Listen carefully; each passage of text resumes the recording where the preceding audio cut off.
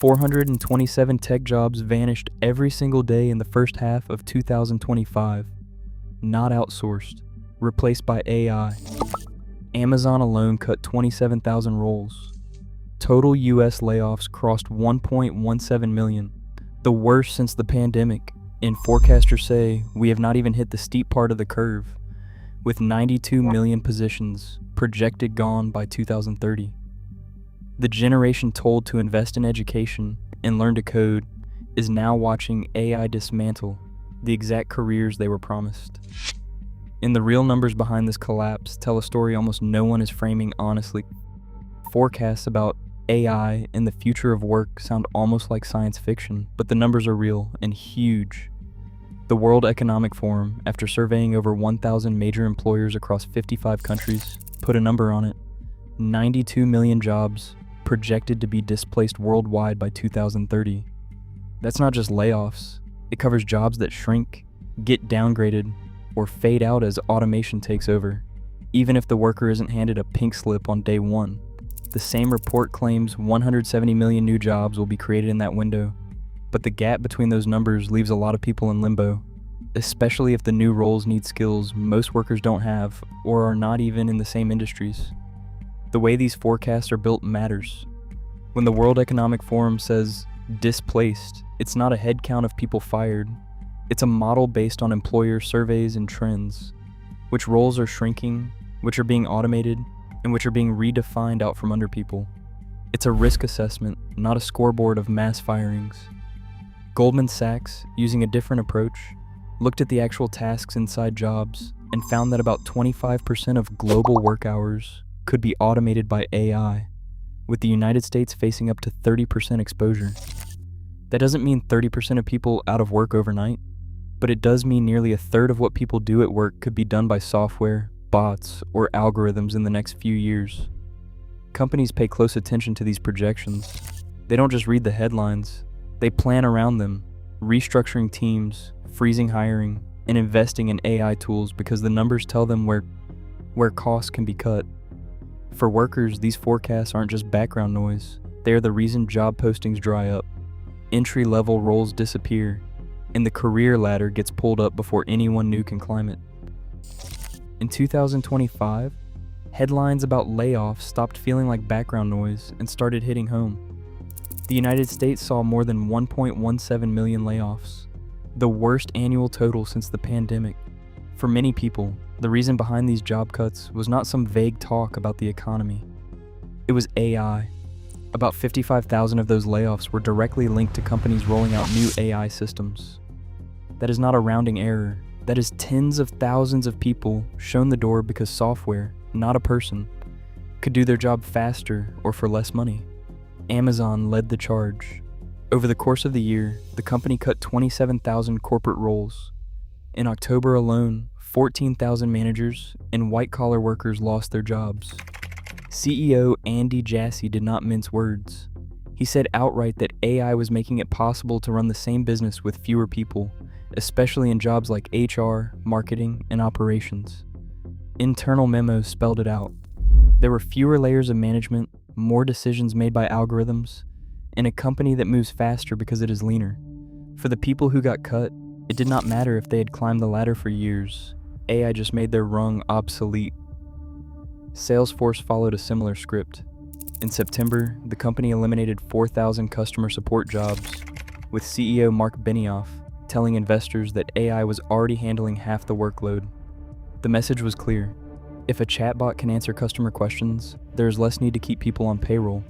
Workday, another big software firm, cut nearly 1,750 jobs to double down on AI investments, promising leaner operations as a result. Each of these companies pointed to AI not as a future plan, but as the reason for cuts happening right now. These are not just isolated stories. They are proof that the numbers in those global forecasts are turning into pink slips. Corporate leaders are making decisions based on what AI can do this quarter, not what it might do someday. For workers, especially in roles that were supposed to be safe, the future is already showing up at the office door.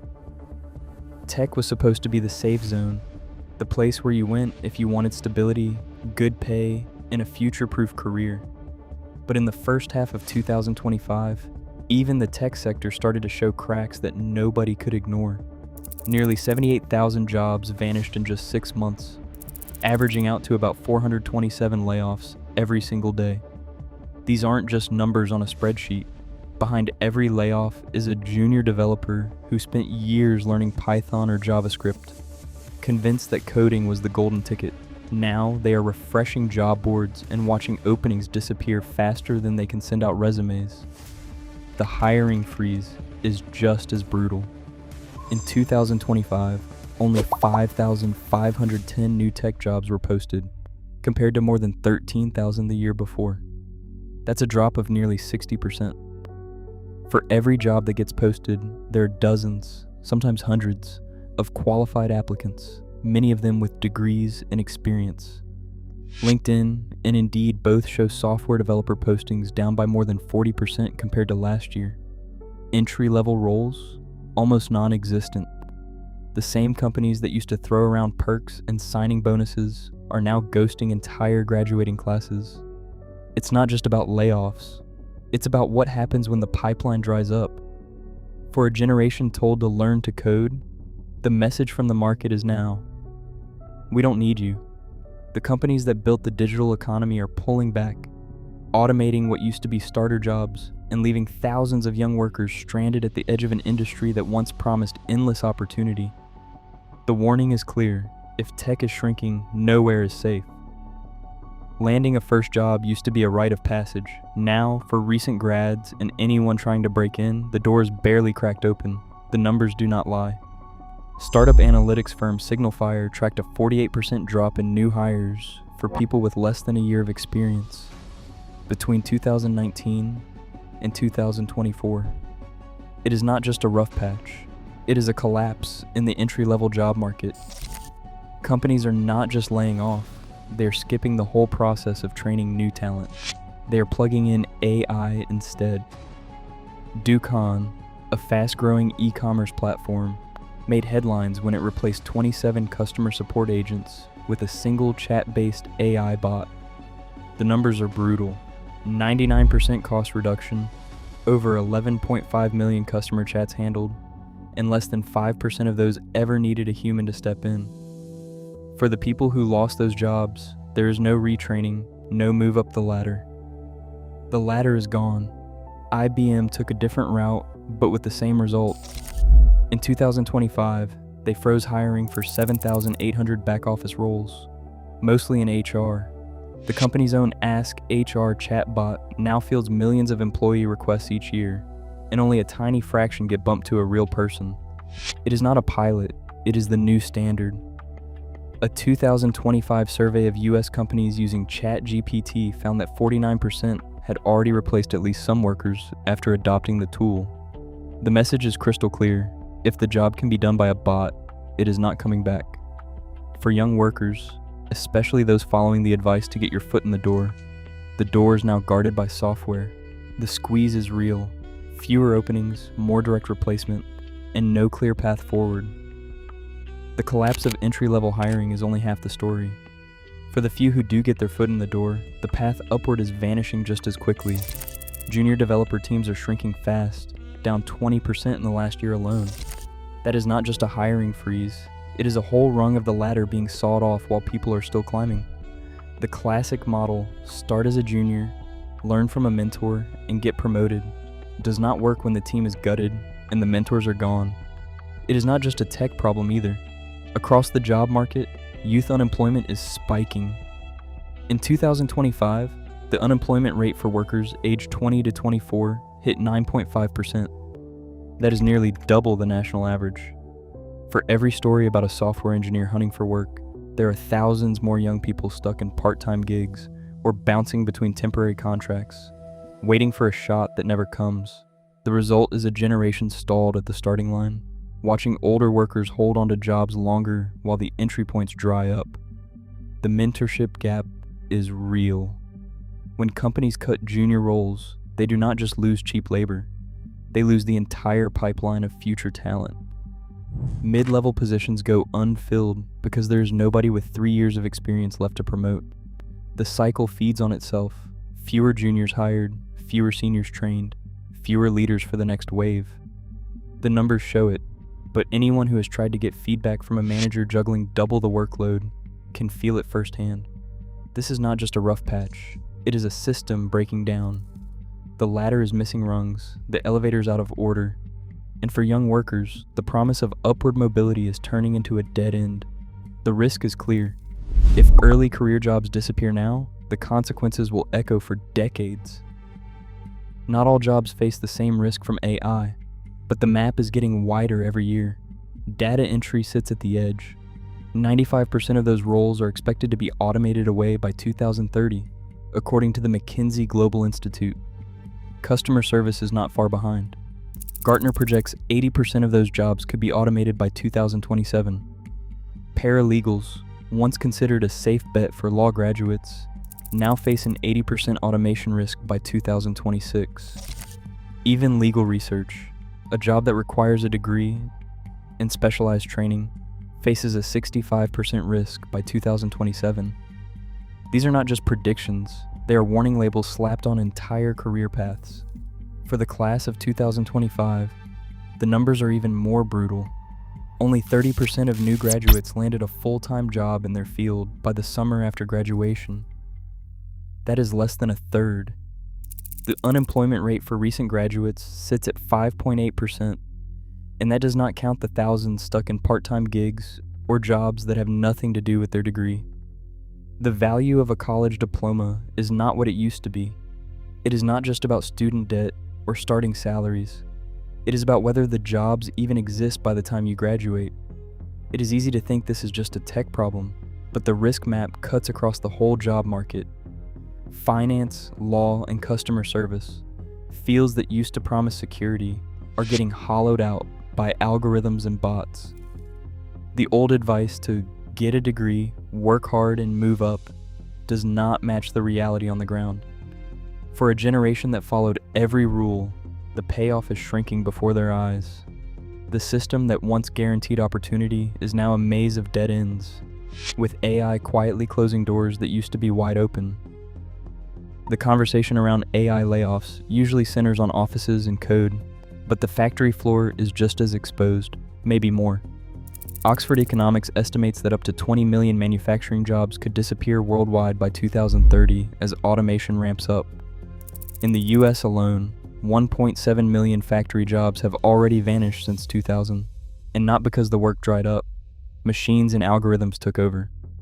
These aren't just numbers on a chart. Each job lost means another town hollowed out, another family scrambling. States like Michigan, Ohio, and Pennsylvania have watched entire industries shrink as robots and automated lines replace human hands. The Bureau of Labor Statistics tracks this trend, showing a steady decline in assembly and production roles even before the recent AI wave. It is a reminder that automation is not just a white-collar problem. The risk cuts across regions and generations.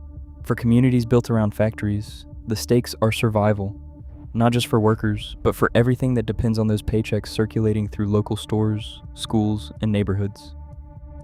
Automation doesn't always deliver what the hype promises.